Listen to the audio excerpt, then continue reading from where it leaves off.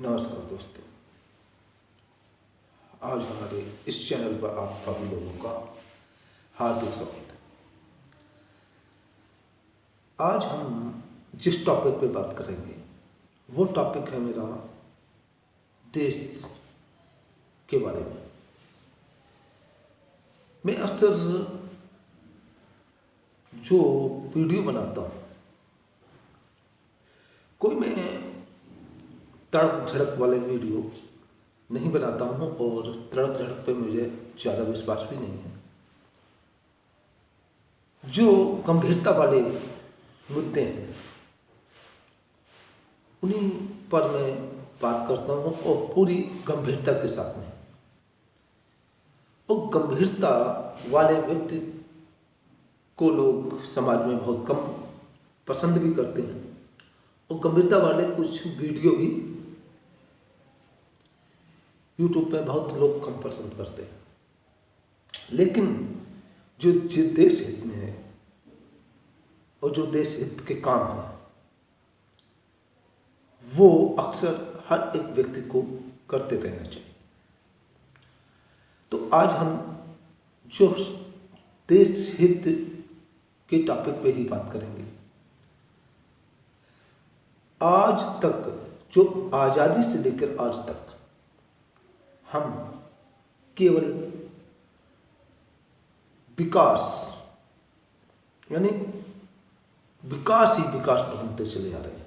हम विकसित नहीं बन पा रहे, जबकि हमारे अंदर अन्य देशों की तुलनाओं के मुकाबले सबसे ज़्यादा चीज़ें मौजूद हैं। हिंदुस्तान जो है, भारत है, वो जो भारतीय है उनका दिमाग अन्य देशों की तुलना पर ज़्यादा चलता है। वो ज़्यादा ही बुद्धिमान होते हैं। हमारे यहाँ हर एक प्रकार की सहूलियत भी है। हमारे यहाँ कृषि के क्षेत्र में अगर देखा जाए तो सबसे ज़्यादा उपजाऊ जमीनें भी हैं, पर्याप्त मात्रा में भी हैं। लेकिन सब कुछ होते हुए भी हम विकास नहीं कर पा रहे हैं। कई पार्टियां आती हैं, कई पार्टियों की सरकारें बनती हैं और हम ये हर एक पार्टी से जब भी कोई सरकार बनती है तो हम ये आस लगाते हैं कि अब विकास होगा, अब विकास आगे बढ़ेगा।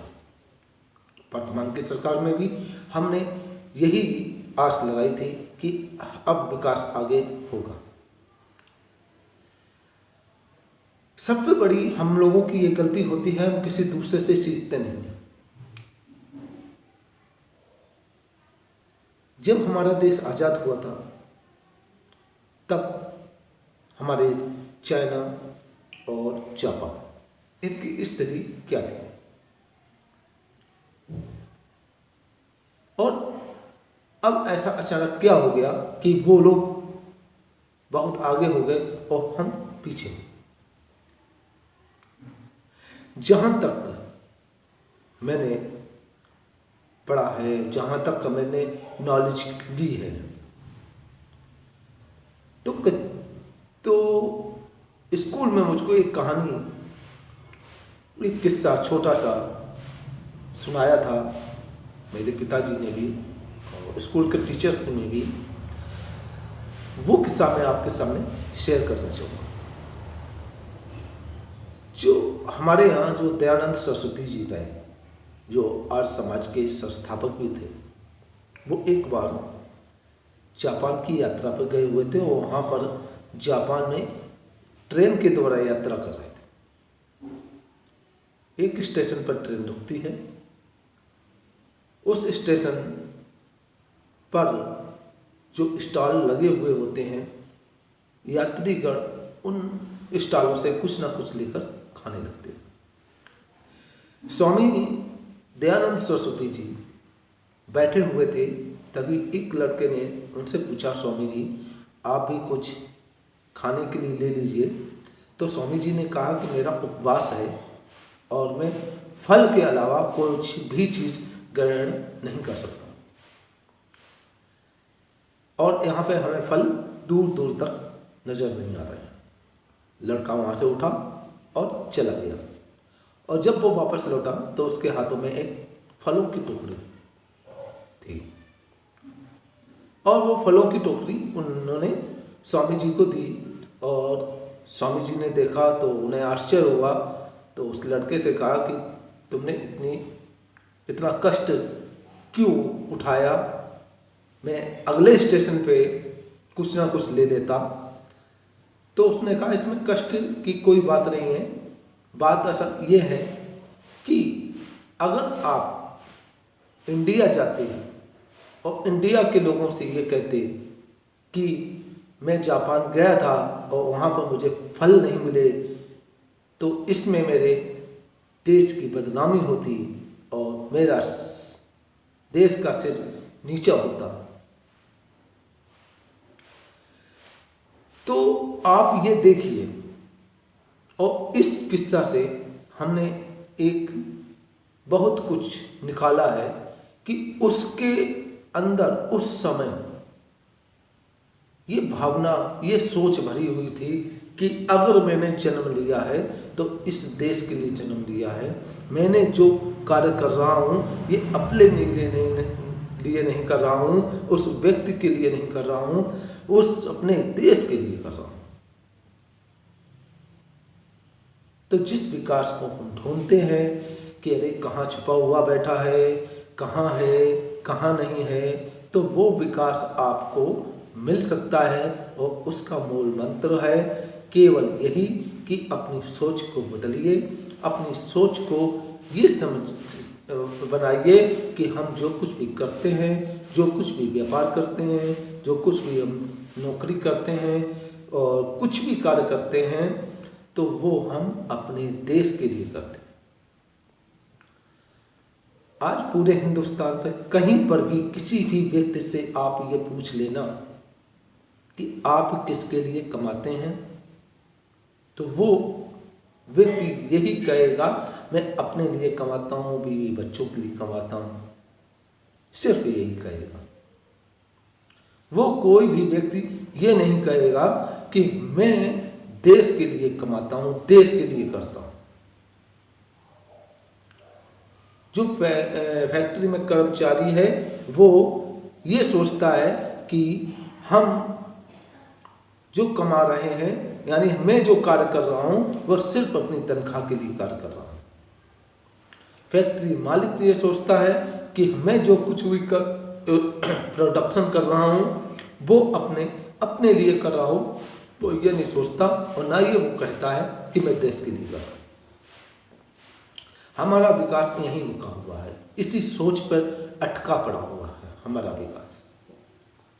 जब तक हम अपनी सोच को नहीं बदलेंगे, क्योंकि सोच से ही कार्य किए जाते हैं और सोच से ही सफलताएं मिलती हैं, तो जब तक हम अपनी सोच नहीं बदलेंगे, और वो सोच है, वो विकास का मूल मंत्र है, वो ये है कि हम जो कुछ भी करेंगे वो अपने देश के लिए करेंगे। तो आज से मैं अपने सभी देशवासियों से ये निवेदन करना चाहूँगा कि आप अपनी सोच को बदलिए। हम अक्सर सरकारों से, राजनीतिक पार्टियों से, नेताओं से ये आस लगाए हुए बैठे रहते हैं कि ये कुछ करेंगे। ये कैसे कर पाएंगे? हमारे यहाँ जो भी नेता होते हैं वो हम किसी दूसरे देशों से नहीं बुलाते हैं। मेरे ही देश के नागरिक ही मेरे ही देश के नेता बनते हैं, और मेरे ही देश के नागरिकों की ये सोच है कि हम जो कुछ भी कर रहे हैं सिर्फ अपने लिए कर रहे हैं, अपने परिवार के लिए कर रहे हैं। उनकी ये सोच नहीं, हमारे देश के नागरिकों की ये सोच नहीं है कि हम जो कुछ भी कर रहे हैं वो हम अपने देश के लिए कर रहे हैं। तो हम ये कैसे आस लगा लें कि जो नेता है वो अपने लिए नहीं करेगा बल्कि देश के लिए करेगा, क्योंकि उसकी सोच बचपन से लेकर, शुरू से ही लेकर और अभी तक, नेता बनने तक यही बनी रही कि हमें जो कुछ करना है अपने लिए करना है।